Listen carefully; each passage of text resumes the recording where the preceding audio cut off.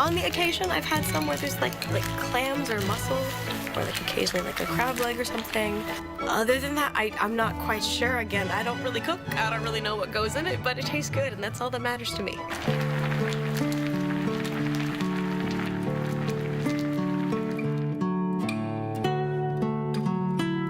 When I think about that, it just kind of reminds me of coming home from a long day of work, whether it's just full schedule or just practicing, and I just need all of my stress to go away. And thinking about this just brings me to that point of relaxation where everything is just fine, everything's good.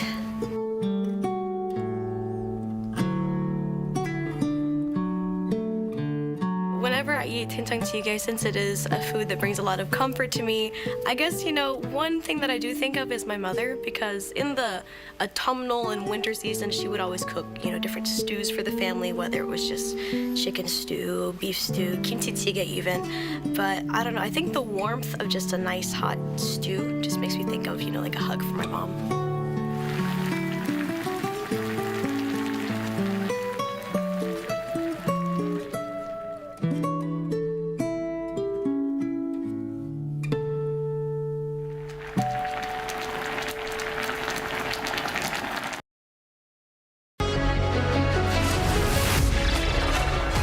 Presiding over Monday's cabinet meeting following his latest diplomatic agenda in New York, President South Korea's economy will grow. The central bank has kept its key interest rate unchanged.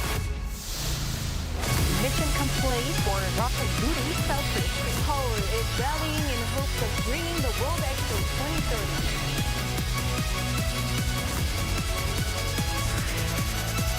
Arirang.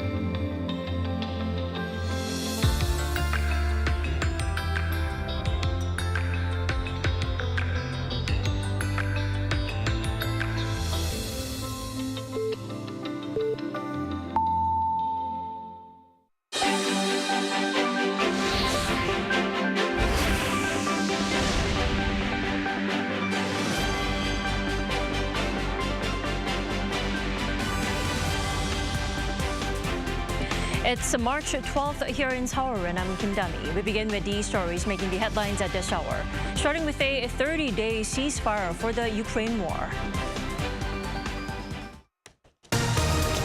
The U.S. and Ukraine are calling for a 30-day ceasefire, which is subject to an agreement from Russia. U.S. President Donald Trump says he'll arrange related talks with his Russian counterpart Vladimir Putin within the week. The 25% tariffs on all steel and aluminum imports will start on Wednesday, as Trump has long warned. Canada took back its threat of a 25% electricity surcharge after Trump threatened to hike up the steel and aluminum tariffs to 50%. South Korea added 136,000 jobs in February, seeing modest job growth in the 100,000 range for the second straight month.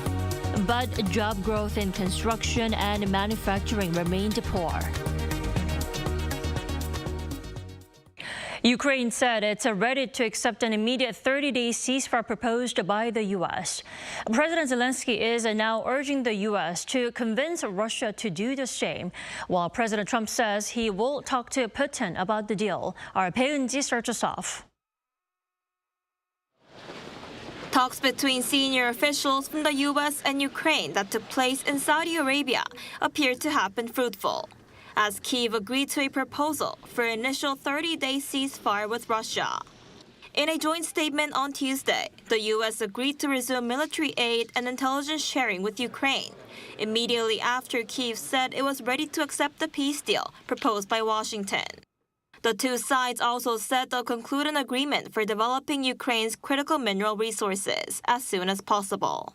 U.S. Secretary of State Marco Rubio, who led the U.S. delegation to the talks, said Washington would present the ceasefire offer to the Kremlin, noting that it's now up to Russia to end the fighting. Hopefully we'll take this offer now to the Russians, and we hope that they'll say yes, to peace. The ball's now in their court. But how Moscow might respond is far from certain. U.S. President Donald Trump also said he hopes Russia agrees to the ceasefire proposal, hinting that he may talk to Russian President Vladimir Putin about it possibly this week. He added that he's willing to invite Ukrainian President Volodymyr Zelensky back to the White House. Get the Russians I'll to talk agree? to Vladimir Putin, yeah. When will I you want to talk get, to him? look, that's the other, it takes two to tango, as they say, right?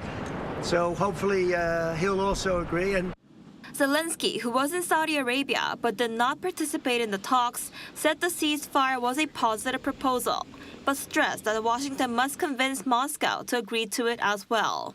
Ukraine accepts this proposal. We consider it positive. We are ready to take such a step, and the United States of America must convince Russia to do the same.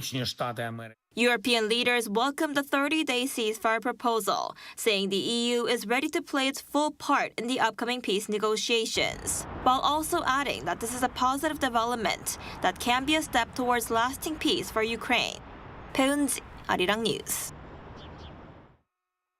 In the meantime, the U.S. is set to apply 25% tariffs on steel and aluminum imports as planned on Wednesday. And ahead of the big day, there was a squabble between the U.S. and Canada over reciprocal tariffs. Lee Seung-jae reports. The 25% steel and aluminum tariff announced by U.S. President Donald Trump will go into effect on Wednesday. According to an executive order signed by Trump last month, the 25% tariff will be imposed on all steel, aluminum, and derivative products imported by the U.S. at 12:01 a.m. 166 derivative products, including bolts, nuts, and springs, will be subject to tariffs starting on Wednesday, while 87 derivative items, including bumpers, suspensions, automobile parts, home appliance parts, and aircraft parts will be exempt from tariffs until further notice by the U.S. Commerce Department. This also means that South Korea's existing free trade quota on steel and aluminum of 2.63 million tons per year, which it has with the U.S., will be scrapped as well. However, as the duty is applied to all countries, South Korea will not be at a disadvantage in competition with major exporters, while economists believe that Korean steel companies will be able to enter the U.S. market more actively as the export volume cap is removed. Meanwhile, amid concerns of a full-out tariff war between the U.S. and Canada, the Trump administration announced Tuesday that it has decided to withdraw the additional 25% tariff on Canadian steel and aluminum imports. Trump had threatened to impose an additional 25% for a total 50% tariff on Canadian steel and aluminum imports after Ontario threatened to impose a 25% surcharge for electricity imported by the U.S. Ontario Premier Doug Ford announced that he had agreed to suspend the 25% surcharge on electricity after holding talks with U.S. Commerce Secretary Howard Lutnick. The two will hold talks again on Thursday, along with the U.S. Trade Representative, to discuss renewing the U.S.-Mexico-Canada Free Trade Act ahead of the April 2nd reciprocal tariff deadline set by Trump. Lee Seung-jae, Arirang News. And it's not just the war in Ukraine and tariffs that Trump is all into. He is also committed to reshaping immigration policies, namely a 5 million gold card as a route to U.S. citizenship.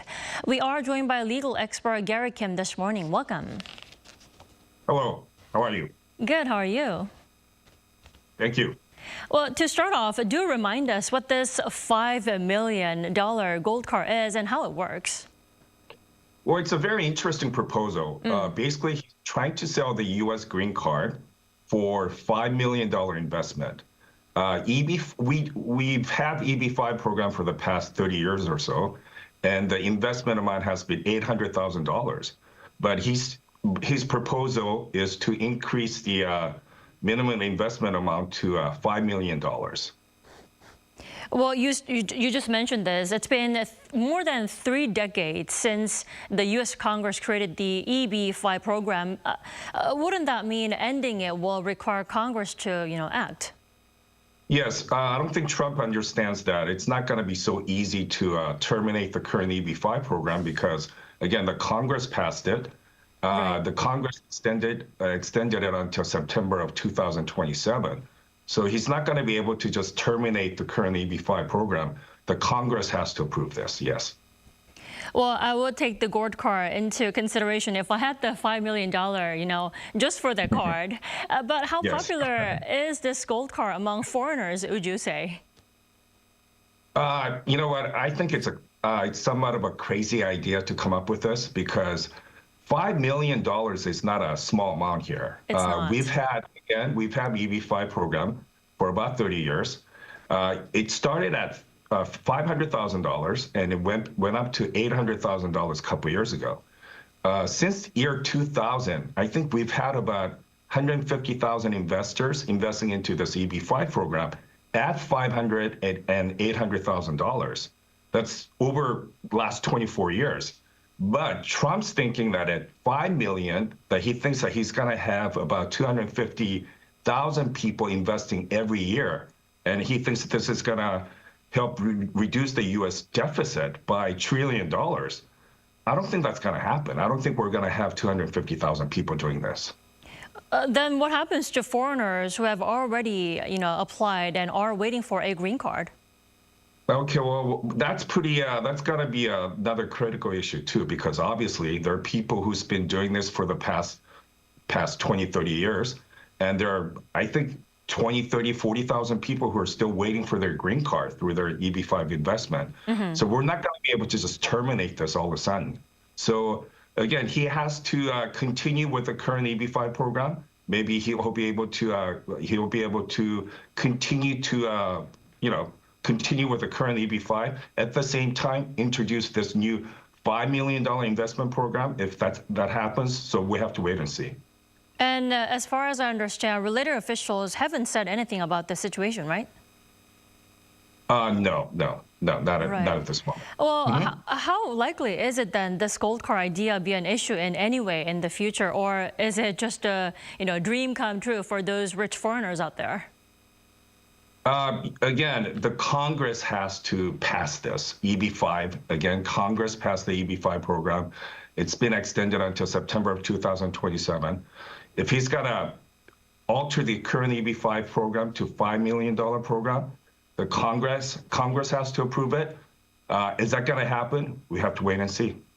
Right, still a congressional hurdle lies ahead. Thank you so much for connecting with us this morning, Gary. We appreciate it. All right, thank you very much. Have a nice day. You too.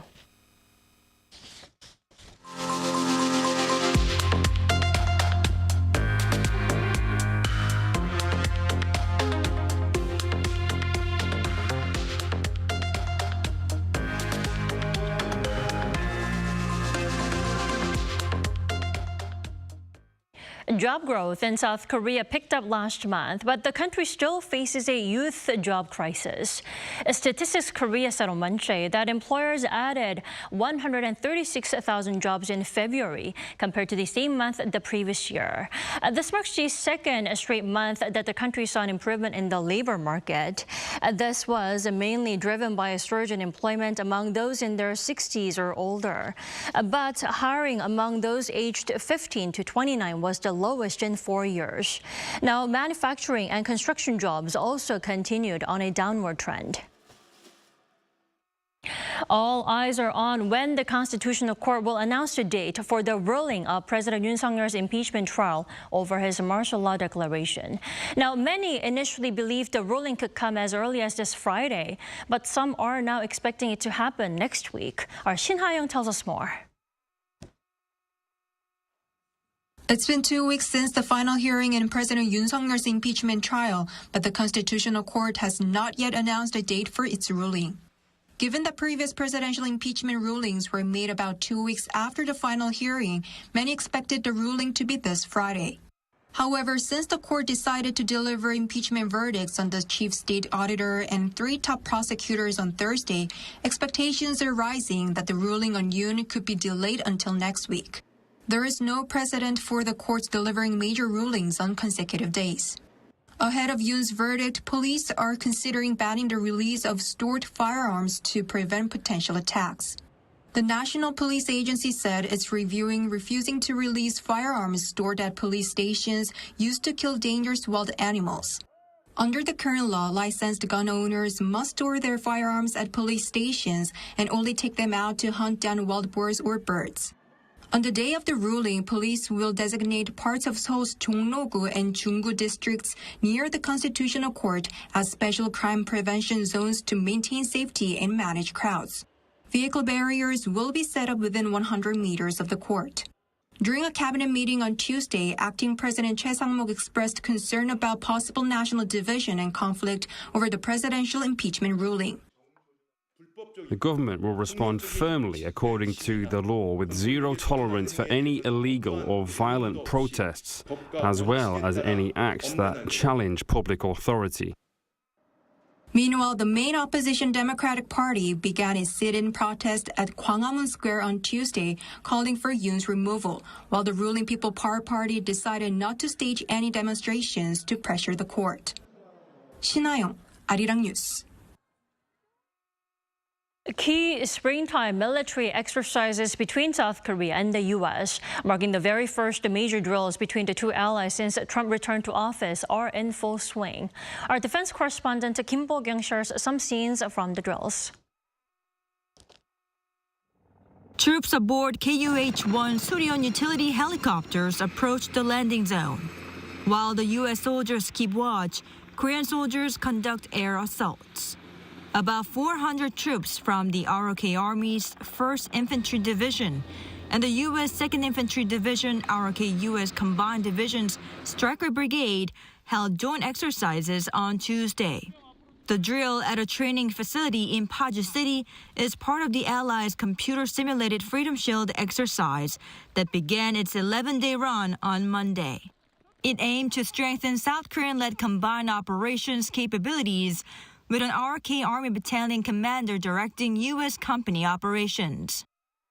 Through thorough war games, from helicopter boarding to capturing the objective, South Korean and U.S. troops were able to move as one. In particular, by sharing combat expertise between the two countries' forces, we were able to further enhance our combat capabilities.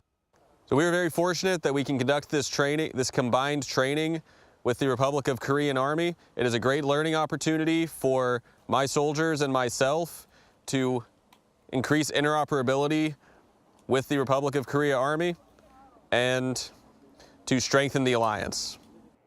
In connection to Freedom Shield, the Navy's 2nd Fleet also led an integrated port defense drill at the western port of Pyeongtaek, Tangjin. Responsible for guarding the west coast, the Korean Navy aimed to boost response procedures for aerial, chemical, biological, and radiological threats against the port and many other critical national infrastructure sites, along with the Army, Police, and Coast Guard. We will continue to protect key facilities in the West Sea with a strong and close-knit coordination system with relevant agencies. The on-field drills are to continue until March 20th. Kim Bo-kyung, Arirang News. North Korea has once again slammed the annual joint exercise and also highlighted the accidental bombing of a civilian area by South Korea's Air Force. And the regime's state-run news agency said Wednesday that the joint drills must be taken seriously, adding that they are the root of the worsening situation on the Korean peninsula. It also said the accidental bombing by South Korean fighter jets last week was in a civilian area located near the border, adding that the situation could have escalated significantly if bombs had dropped a little further north. Also on Tuesday, the White House condemned the North's recent launch of multiple ballistic missiles earlier this week. While condemning Pyongyang's actions, White House Press Secretary Caroline Leavitt also reaffirmed the ironclad alliance between Seoul and Washington.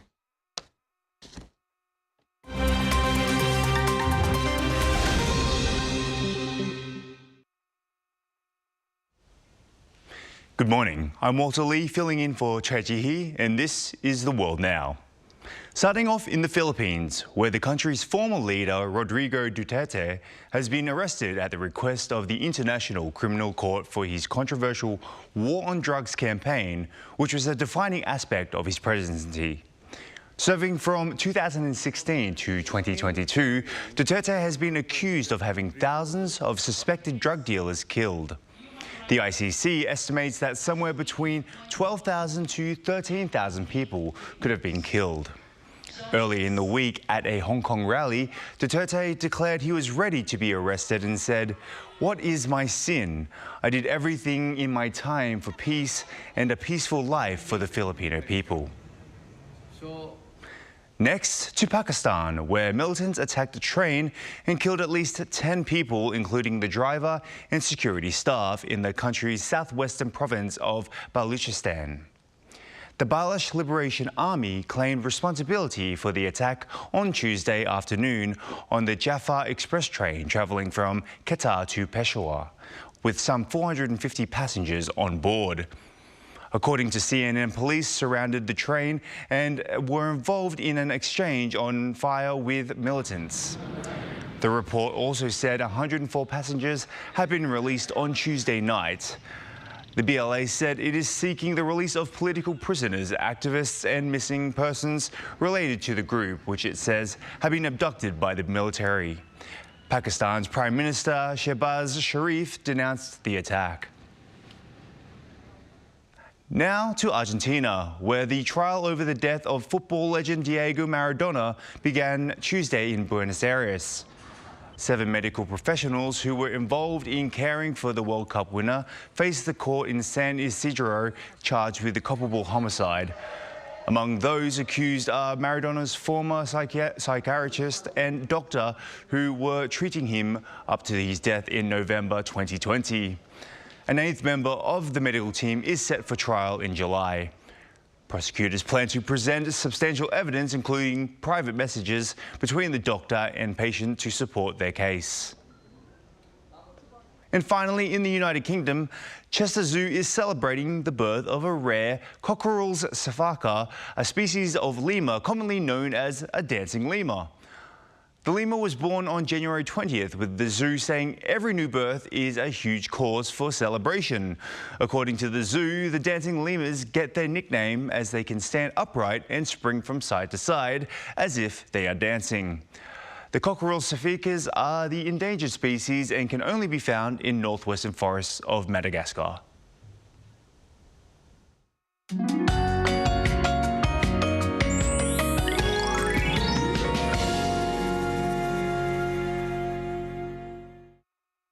Amazing to notice what Mother Nature is capable of. It was only a couple of weeks ago we were holding on to winter jackets, but yesterday's afternoon warmth made it feel like hotter weather was just around the corner.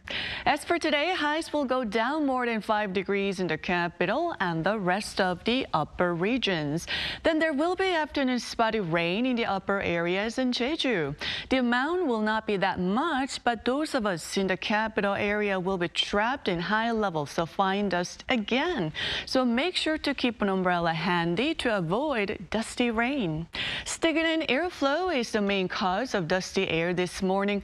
Plus, yellow dust will blow into the entire country, affecting western regions first as early as this afternoon. So tomorrow will be dustier. Afternoon highs will be 1 to 5 degrees lower today, with Seoul topping out at 11 degrees, but Daegu still warm at 18 degrees. Temperatures will stay above season norms through Saturday. Then nationwide spring rain on Sunday will bring a big drop in temperatures early next week.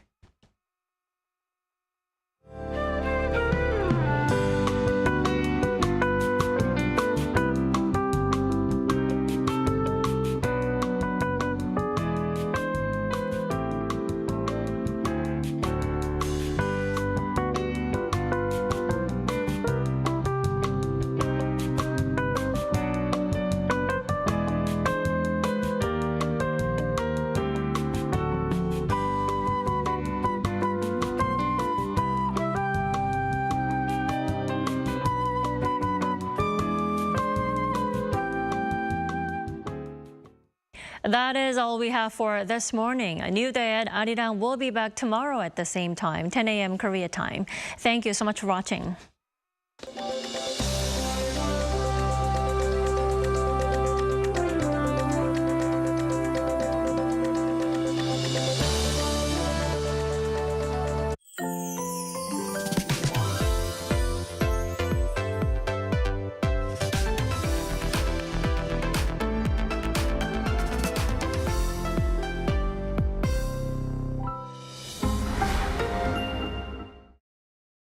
How to survive in Korea.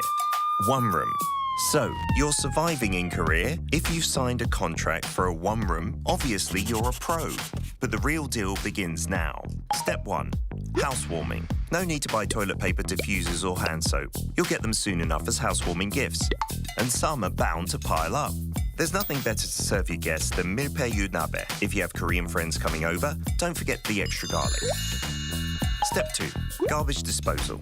With great power comes great responsibility. You've had a good time, so let's get to work. It might be tempting to sweep everything into a trash can, but you have to separate your garbage. Not bothered? Beware that negligence is punished with a fine or public humiliation. Step 3. Drying rack. You're excited to live alone in Korea, but the fate of these items, hanger, storage, or a hanger. Go get fresh coffee outside. Jogging doesn't cost anything, and nothing beats instant rice. But keep one item around so that you don't get too lonely. Step 4. Pros of living alone. No mum. Cons of living alone. No mum. A new towel doesn't magically appear. You have to do the laundry regularly. If anyone gives a towel as a souvenir, take it. Get rid of mold immediately. Don't be lazy with the vacuum cleaner. Housework is an endless affair. Overwhelmed? Give your mum a call and thank her for everything she's done. Did you survive in your one room? Wait, you have an unwanted visitor. Call someone you fancy. Could be the right person for the job.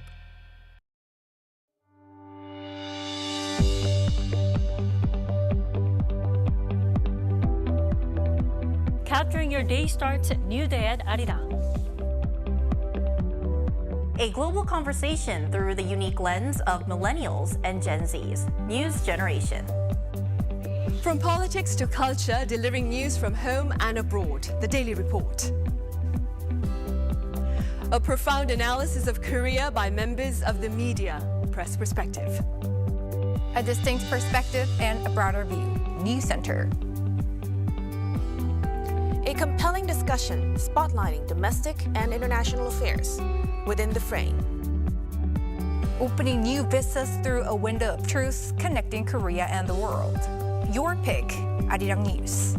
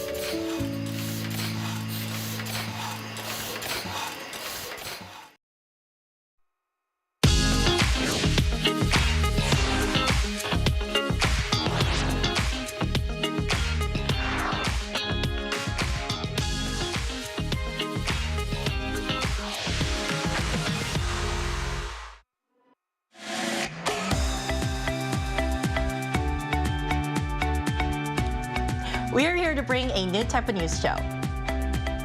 New insights, new styles, and new topics every day. We are News Generation. Bring news just for you. It's Wednesday, March 12th here in Seoul. I'm Song Yujin, and welcome to News Generation. Joining us this Wednesday is Park Yoon. Happy Wednesday. Happy Wednesday, and Kang Moon-ju. Good morning. Good morning. Now, both are here to speak on behalf of those in their 20s and 30s. Wednesday means we're going to begin with our keyword news. Our keyword for today is cancer. With cancer remaining the leading cause of death in South Korea, more Koreans are making an effort to detect it early through regular screenings. The latest data from the National Cancer Center shows that last year, 1 in 7 people who are eligible underwent government-backed cancer screenings, marking a 3.8% increase from the previous year. Breaking it down by type, stomach cancer screenings had the highest screening rate at 77%, followed by colorectal cancer, breast cancer, and cervical cancer. As most of these screenings are available to individuals aged 40 and above, none of us here in the studio are eligible just yet. However, today's keyword news is all about raising awareness of health and preventive care. So even if we're not yet required to get these health checkups, I want to ask you, do you get your health checked up regularly? Honestly, I've never had a cancer screening, or I don't get regularly health checked. Really? Health checked. I think the others who haven't been screened or doesn't do it regularly probably have similar reasons as mine. Since I'm still in my 20s, I still think and I want to believe I'm strong enough and I'm healthy enough. And also, but more importantly, I'm really scared of the screening process and this endoscopy, going into my bodies and stuff. So, however, everyone knows that it's always better to treat cancer and detect cancer as early as possible. So I'm starting to think I need to overcome my fear and get checked in the close future. Maybe you should. So Moon-ju doesn't get regular health checkups, but for me, here in Korea, full-time workers, they have the opportunity where the company provides them annual health checkups. So I get my health checked up regularly. Now to you, Kyun, what about you? I do too. Even though I'm not a full-time employee, I actually pay with my own money to get my regular checkups every, I think, 3 years. And I've been doing this ever since I was in my mid-20s. Really? Wow. And everyone was quite surprised when I told them, I do endoscopy and colonoscopy, which is front and back, with top and bottom, we say in Korean. And one of the main reasons why I do this is because for preventative measures, just in case anything abnormal is found in my body, I can take care of it immediately. Right. And because of medical advancements, you can get it treated on the spot. And I know how Moon-ju feels, how he's kind of scared. What if something happens? What if I find something that's deadly, or not deadly, but really harmful to my body? But it's better to get rid of it at an early stage, because the more you just leave it in your body, that's the worse when it gets. And that's when it becomes cancerous. So I think it's really important that we do regular checkups. Also, because if you have family members who have probably passed away with some kind of cancer, it might be in your genes as well. So you got to be mindful of that, and just better safe than sorry. Right, better late than ever. Exactly. All right, and that was our keyword news for this Wednesday. We're now going to move on to our main discussion of the day. Wednesday means it's time to explore the latest lifestyle trends shaping our generation. Take a look at the screen to find out more. If someone asked you, how satisfied are you with your life right now? Or would you say you're happy? What would your answer be on a scale from 1 to 10? Today on News Gen, we're diving into life satisfaction in Korea. That is, how people feel about their overall happiness and the key factors that influence it. Well, there was a reason why we said happy Wednesday when we started our show, because today we're going to talk about that. So, Kyun, starting off, where can we find the latest data on South Korea's overall life satisfaction or also happiness index? Please update us on the up-to-date findings. Sure thing. According to data released by Statistics Korea, South Korea's happiness index for the year 2024 was released in February. Let's take a look at the screen for more details. Based on a scale of 0 to 10, 10 being the happiest, the life satisfaction index of those aged 19 and over was on the rise throughout COVID-19 period, rising from 6 in 2020 to 6.5 in 2022, but dropped slightly to 6.4 in 2023. The survey was conducted with a question of a subjective level of satisfaction with objective living conditions. And more specifically, the reasons for the slight decline include a decline in family relationship satisfaction, decreased interpersonal trust, and reduced leisure time. And the MZ generation scored 6.5 points, which was slightly higher than that of the older adults, but lower than those of in their 40s. I see. So 6.4, 6.5 is the latest figure in terms of Koreans, and specifically the happiness index of young people here in Korea. So I want to ask you, Bunju, how do these numbers compare to other countries? Are we ranking relatively high or low on the scale? Those scales Gi-Hyun has just mentioned may seem decent with the score of 10 on the surface, but there's also a flip side to the stories. It's among the lowest compared to other countries, being 0.63 points lower than the OECD average. And South Korea currently ranks 33rd out of 38 countries, which places it near the bottom. And just to add on, in 2023, the suicide rate reached 23.3 people per 100,000 people in South Korea, which is an increase of 2.1 compared to the previous year, making the highest figure in 9 years. So South Korea has the highest suicide rate among the OECD countries for a very long time. And I think this kind of reflects a very low and concerning level of happiness among its South Korean people these days. And we're going to dive into the reasons why in the later part of the show. But so far, we've taken a look at the bigger picture. And I now want to ask the same question to our panelists. The same question, on a scale from 1 to 10, how would you rate your life at this point? I wish I could say 10. But the magic number. The magic number.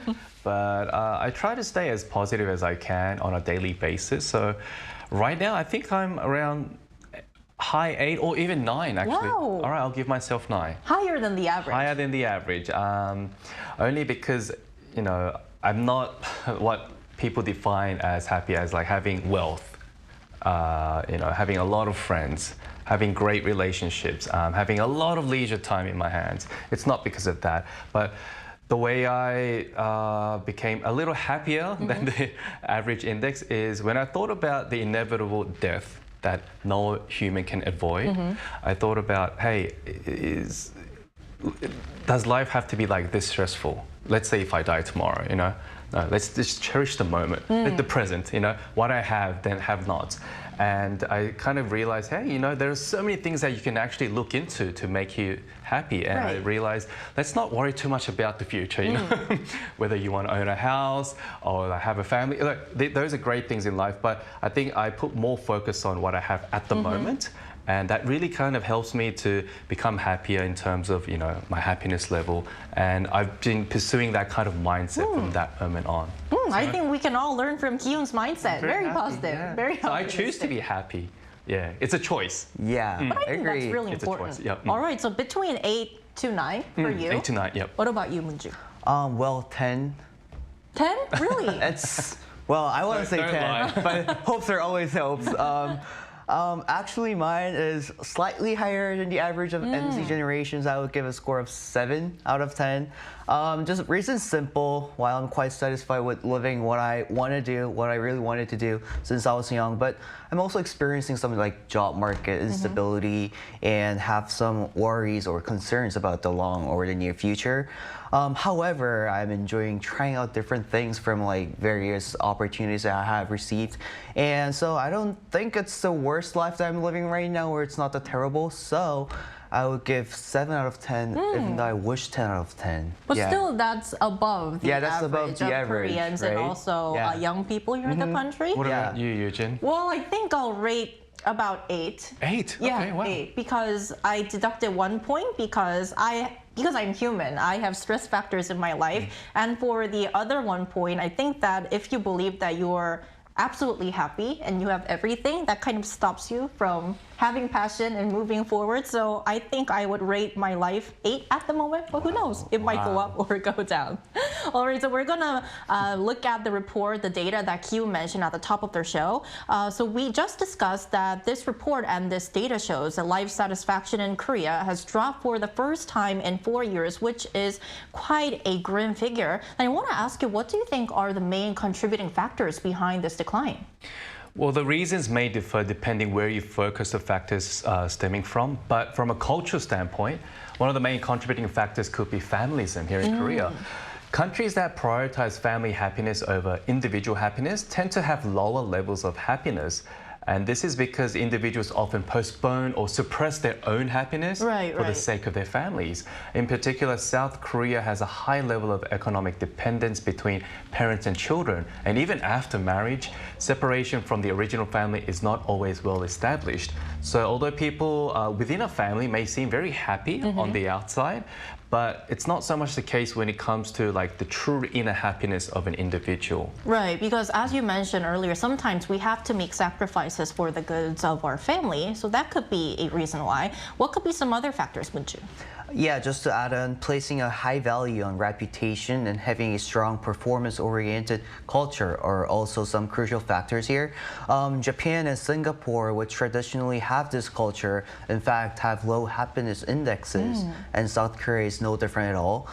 So South Korea is also a country where people constantly compare and compete with each other and engage in self-censorship. These kind of tendencies can naturally lead to stress and have some kind of a negative impact on lowering your stress rate and also the happiness levels, like consequently. So also the large wealth gap and the emphasis on capitalism are also another reason for this. And these days, the advancement of media allows people to see the lives of the wealthy people, right? And more clearly and compare themselves to them more like efficiently, I guess. I don't know if this is the right word choice, but so it kind of leads to greater unhappiness for those who are constantly comparing themselves with the wealthy people. So I think this is some reasons why happiness indexes are quite low in South Korea. Absolutely. And alongside this decrease, another particularly interesting finding in this report is that happiness levels varied significantly based on income, which really challenges the widely known saying that money can't buy happiness. So could you please break this down for us, Kyun? I guess money can buy happiness. Maybe. or at least buy things that make you happy. Yeah. So life satisfaction varied by income level, like you just said. Households with an income of less than 1 million Korean won, scored 0.7 points lower than the average, while happiness increased as income rose. Households earning 6 million won or more had a score of 6.6, exceeding the average. The happiness index for those in the 50s or older was much lower, which is closely related to the declining income levels and, of course, the widening gap of like the poverty rates. Yeah. Right, and I think this especially holds true because we're now experiencing high inflation, a lot of economic uncertainty, especially these days.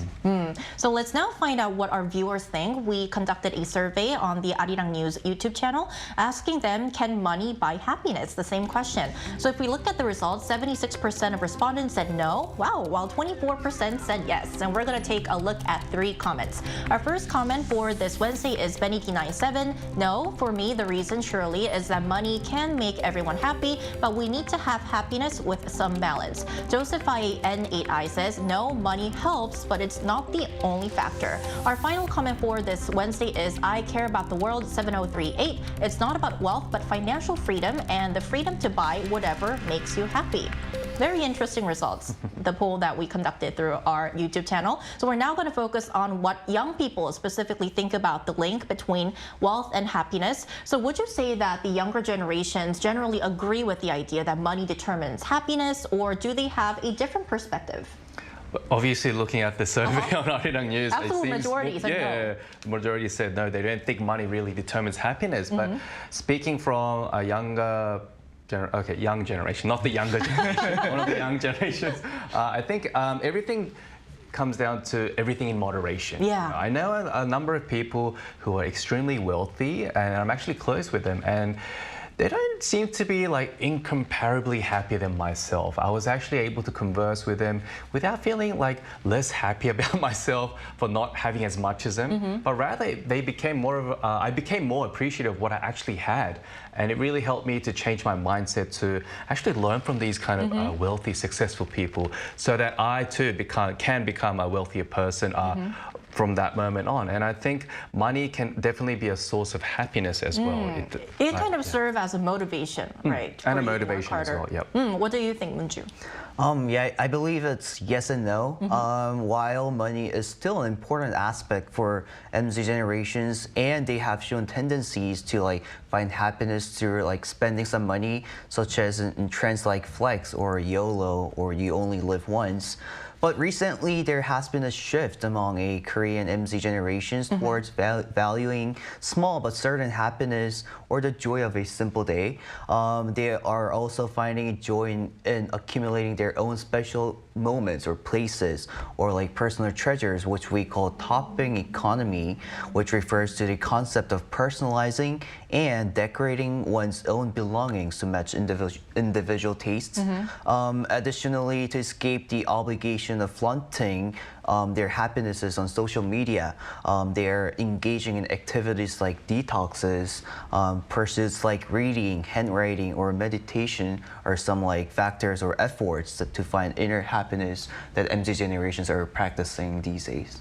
So money does help. It's an important factor, but it's not all, like, right? It's not all about it. It's just like some helping issues, maybe. All right. So after the break, we're going to bring in a young person from Finland to compare how happiness is defined here in Korea versus Northern Europe. Stay tuned.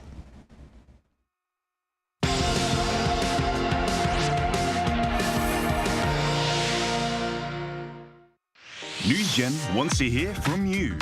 Go to YouTube and search our channel Arirang News. Click Community and leave a comment down below. Make a new type of news with us. Welcome back. Joining us today is Julia Barlund, a millennial from Finland. Welcome, Julia, to the show.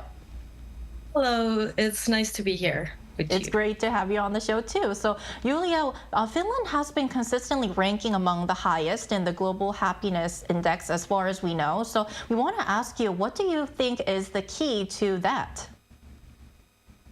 Personally, I think that Finland's happiness comes actually from a combination of social trust and also strong welfare system, as well as we really value the balance in life. So we have a very balanced approach in life. And also people really trust the government and institutions, and that reduces the stress about the basic needs what we have. So healthcare, education, and also social security. And of course, more stress-free life kind of leads to maybe a happier life. And also, since we have a really deep respect for personal time, so there is a good work-life balance system. And also, I think that we really, really think that nature plays a huge role in our well-being. So Finnish people really appreciate very simple things like spending time in forest or having a quiet cup of tea, maybe also just having a very reliable support system. And maybe the most important thing is that life and happiness is not about a constant feel of excitement, but rather a very stable sense of security and content. Well, Yulia, you mentioned all the key points, factors of how to stay happy. But my question is, how do people in Finland generally view the connection between financial wealth and happiness? Is it considered like a major factor in Finland? I think, of course, financial stability is very important for everyone, but excessive wealth is not really linked to happiness in Finland. I think like people believe that having enough to live comfortably is very important, but beyond that, social relationships, health, and also personal freedom to do what you want to do without feeling the sense of danger or that your security is not insured is more important. And also, I think that Finland has and also other Northern Europe has a very strong sense that an idea that excessive wealth is not really the key to happiness. Yeah. So instead, I think we really appreciate security, knowing you won't lose access to healthcare and education or other basic needs, and that allows people to feel more at ease in their everyday lives. And that's actually where the welfare system aims at. So money, of course, matters up to a point, because that gives us certain freedom to do what we want to do and what we are passionate about. But it's more about having meaningful experiences and sense of purpose. Yeah, you kind of mentioned this earlier about elements that you think is needed for happiness, but among those, which one do you think is the most important element? And also, how would you define the happiness in your own words, Yulia? It's a quite difficult question, but for me, happiness is, I would say, about balance and fulfillment, maybe. Also, it's not about really just feeling joyful at the moment, but really have a sense of purpose, good people around me that I can trust, connections, and have the peace of mind that I can have my free time as well, and also do things that I personally enjoy without my whole life falling apart. So yeah, I think feeling safe is very essential, as well as just simple. I have to say this since I'm from Finland, the nature, spending time in nature, having the opportunity to go to sauna. I don't know, just sharing time with people that I care about. That's really the essence of happiness for me, and maybe just appreciating what you have at the moment. Being really thankful every day about what you have, more than really just aiming and running for more. So yeah, I think happiness isn't really about the big successes and luxury, but more about the small everyday moments that I can feel very grounded and content on. Definitely. All right, Yulia, thank you so much for your time today. We really appreciate it. Thank you so much for having me. Thank you. Right, so at the end of the day, we all want to live happier lives. So wrapping up our episode, could you share one simple way for our viewers we can bring more joy into our daily lives? Wow, just one? Just one. Because Yulia mentioned so many important things. I think one that I just want to echo what Yulia said was the surrounding, the environment. Obviously, surrounding meaning the people around you, and if you trust them. Trust is a very important issue as well, but just the environment in general. I used to live in Sydney. Beautiful weather, just nature in general. It's so peaceful, good air quality, and you can just go to a beach within just 30-minute drive. And if you're at a beach or even in the mountains, you're stress-free. The power that nature gives you is just amazing. So I think that also plays a big factor. And another one that I want to mention is, I mentioned this a bit before in one of your responses. Let's say, this is a very sad truth, but if you were to die tomorrow, would all the things that stress you, worry you right now be that important right now? I don't think so. So just focusing on what you have, what you're able to do today on a daily basis. The moment you wake up, get out of bed. Oh, I can wake up. I feel great. I can read, I can run, I can meet with people, I can talk with people, I can even work and make money. And those are little things that really make big things in life. And I think instead of focusing on big things like wealth and luxury cars, think about small things like health. So my favorite line is wealth is health. Right, wealth is health. Not health is wealth, but it can work the other way as well. Health can be wealth, and wealth can be health. Definitely. But health is wealth. What about you, Munju? Yeah, I completely agree with Gi-hyun. And just with the environment thing, just to add on, I think it's very important to have some private environment or private time, to value your private time very strongly, I think. So personally, I believe it's important to have at least one solid hobby of your own. So for happiness, I think it's crucial to separate your anxieties or worries, concerns, and divert them your mind to like other things. And I think the best way to do this is having your hobby. So I think refreshing your mind through these kind of activities and looking at your concerns with a clear perspective and like positive mindset, having a positive mindset, as just Yoon mentioned, I think that's very important for the happiness. And finally, I would like to share, for my advice, I would like to share one of my favorite quotes from the animation Winnie the Pooh, which is, you cannot be happy every day, but there are happy things every day. Oh, it's a very great quote. Yeah, it's very heartwarming.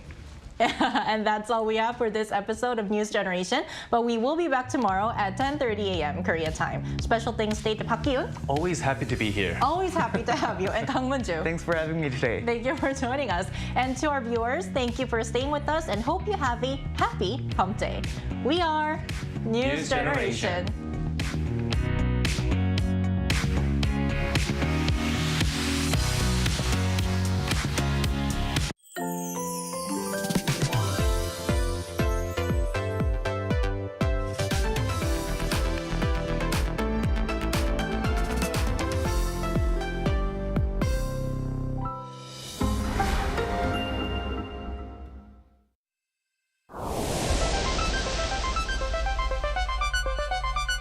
저희가 매일매일 자동차를 타고 일상생활에서도 쉽게 사용을 하는데 그런 자동차에서 타이어는 계속해서 버려지고 있거든요. 전 세계적으로 10억 개 이상 버려지고 있는데 특히 소각 처리될 경우에는 대기오염 물질들이 여러 가지가 나오고